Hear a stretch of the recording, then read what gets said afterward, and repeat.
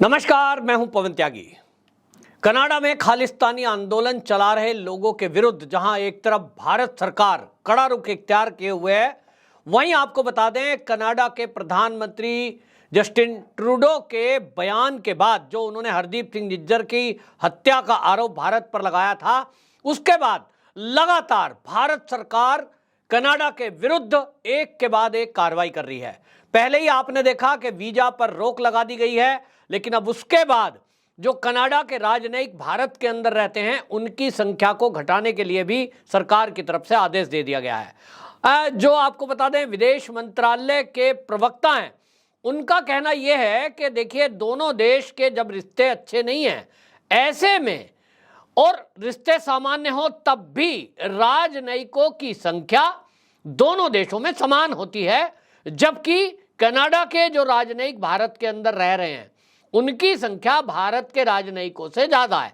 और इसीलिए विदेश मंत्रालय की तरफ से यह कहा गया कि आप तत्काल ये कार्रवाई करें कि जो आपके राजनयिक यहां रह रहे हैं, जिनकी संख्या यहां लगभग 61 है, अब उसमें से 40 राजनयिक आपको हटाने होंगे। अगर आपने ये नहीं किया तो उसकी डेडलाइन जारी की गई है और 10 अक्टूबर तक का टाइम दिया है। अगर 10 अक्टूबर तक कनाडा अपने इन राजनयिकों को वापस अपने देश नहीं बुलाता तो भारत ने यह साफ कर दिया है कि हम उनकी राजनयिकों की जो सुविधा उन्हें दे रहे हैं वो नहीं देंगे। उन सुविधाओं में सरकार की तरफ से यहाँ गाड़ी मिलती है, उनको सुरक्षा मिलती है और पूरा उनका खर्चा सरकार उठाती है। जहाँ भी मूवमेंट होती है उस समय उनके साथ बाकायदा Y+ सुरक्षा दी जाती है। और ये ऐसा जो कदम उठाया जा रहा है उसके पीछे का एक कारण ये है कि कनाडा के अंदर जो जस्टिन सरकार है वो कोई भी जो खालिस्तानी लोग हैं या जो मूवमेंट चलाने वाले लोग हैं उनके खिलाफ कोई कार्रवाई नहीं करती दिख रही है। अभी हाल ही में खालिस्तानियों ने कनाडा के अंदर धरना प्रदर्शन किया और वहां हमारे तिरंगे का अपमान एक बार फिर से किया। तिरंगे पर गोमूत्र डाला, फिर उस तिरंगे को गोमूत्र डाल करके अपमानित किया गया। अब भारत ऐसा कैसे देख सकता है? सीधी सी दो टूक बात है, दो देश के अंदर रिश्ते तब रहेंगे जब आप हमारे दोषियों को हमें सौंपोगे, हमारी सरकार अपने हिसाब से उन पर कार्रवाई करेगी। एक तरफ आप कार्रवाई नहीं करते, दूसरी तरफ अगर हरदीप सिंह निज्जर जैसा आतंकवादी जिसके ऊपर 10 लाख का इनाम भारत सरकार ने रखा हुआ था, NIA के मोस्ट वांटेड लिस्ट में था, क्योंकि उसके मंसूबे थे कि भारत के अंदर वो कत्लेआम कराए। उन लोगों ने अब दूसरा ट्रेंड किया हुआ है कि जो भारत के अंदर पहले से ही गैंगस्टर बैठे हैं या भारत के बाहर, उनको हायर करके उनको पैसे दे करके भारत में हत्या कराना। अब उससे माहौल खराब होता है। आपको याद होगा कि जब जो है सिद्धू मूसेवाला की हत्या की गई थी भारत के अंदर, उस टाइम क्या हो रहा था? जो नैरेटिव चलाने वाले हैं वो तो ये कह रहे थे ये तो मोदी सरकार का फेलियर है, ये तो सरकार को करना चाहिए, और इस तरह से उसको करा जा रहा था जैसे कि सरकार ने ही ये काम कराया। बाद में पता लगता है कि उसके पीछे तो गैंगस्टर थे। अब गैंगस्टरों की आपस की लड़ाई में सरकार को बदनाम करना, कहीं ना कहीं ये नैरेटिव चलाने का काम जो कर रहे हैं ये वही लोग हैं जो भारत के अंदर हिंदू सिखों को आपस में लड़ाना चाहते हैं, सेना के अंदर विद्रोह करना चाहते हैं। अब इनके मंसूबे जब सरकार को पता लग ही गया तो कार्रवाई की जा रही है। आपको बता दें हमारे जो विदेश मंत्री है एस जयशंकर, वो अभी अमेरिका में थे, तब उन्होंने कहा कनाडा के प्रधानमंत्री ने जिस तरह से निजी और सार्वजनिक तौर पर खालिस्तानियों पर लगाम लगानी चाहिए थी वो नहीं लगाई, और भारत पे जो आरोप लगाए थे, भारत का मानना है कि वहां कनाडा में हिंसा का माहौल है और डर फैला हुआ है। जरा इसके बारे में सोच के देखो कि हमारे मिशन पर स्मोक बम फेंकते हैं, वो हमारा जो वहां काम चल रहा है उस पर बम फेंकते हैं, हमारे वाणिज्य दूतावास के सामने हिंसा होती है, लोगों को निशाना बनाया जाता है। और क्या आप लोग इस बात को सामान्य मानते हैं?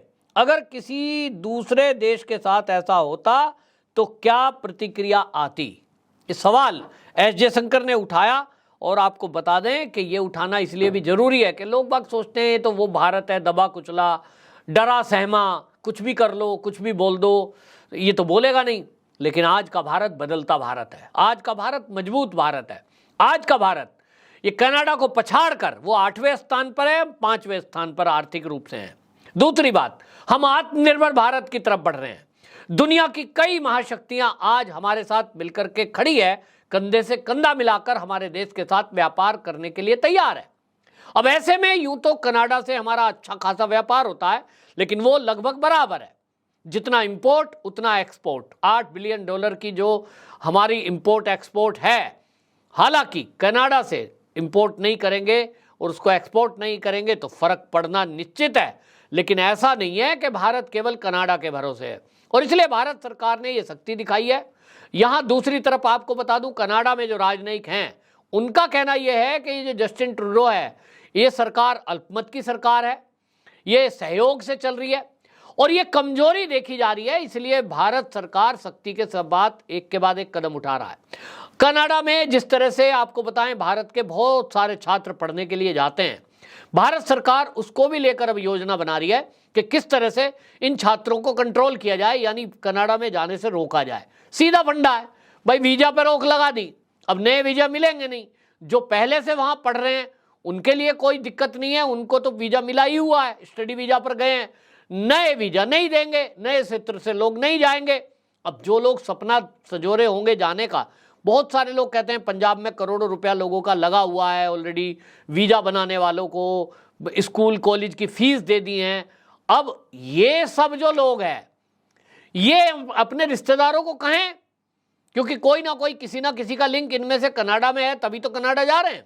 बहुत सारे ऐसे लोग हैं, लेकिन कनाडा में जो खालिस्तानी मूवमेंट चलाने वाले लोग हैं, मुट्ठी भर लोग, उनके सामने कोई बोलता नहीं। एक आध वीडियो हमने देखी है किस तरह से एक परिवार को वो डरा रहे हैं, धमका रहे हैं, उनकी गाड़ी पे एक कलर डाल दिया, पेंट डाल दिया और उनको कह रहे हैं गोली मार देंगे, उनकी गाड़ी पे खड़ी हुई गाड़ी पे गोली मार के चले गए। डरता कौन है?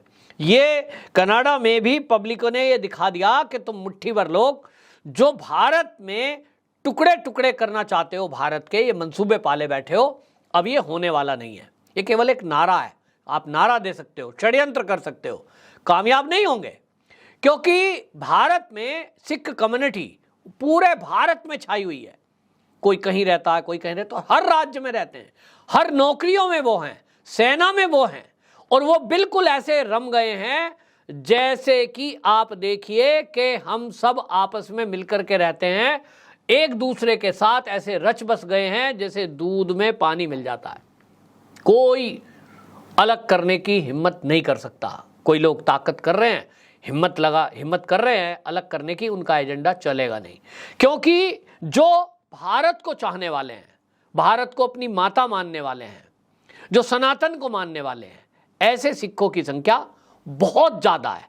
और जो तोड़ने वाली ताकतें हैं वो गिनती के हैं, टिप्स पर 500 होंगे, 1000 होंगे, 10,000 होंगे, लाख में नहीं है। और इसीलिए जो भी हैं ये भी भारत के बाहर हैं, क्योंकि भारत की सरकार ने तो ये दिखा दिया कि भारत की भूमि पर अगर कोई ऐसी एक्टिविटी करेगा तो आपको पता है कि एनआईए ने एक ही साथ 100 जगह पर छापेमारी की थी, बड़ी संख्या में हथियार, गोला बारूद और लोगों की गिरफ्तारी हुई थी, पकड़े गए, जेल में है, पूछताछ हो रही है, एक एक करके पता लग रहा है, और जैसा जैसा उनसे जानकारी मिलती है फिर एनआईए अगली कार्रवाई करती है, ताबड़तोड़ छापेमारी हो रही है। तो ये क्या कर रहे हैं, इनकी सब गतिविधियों पर नजर है।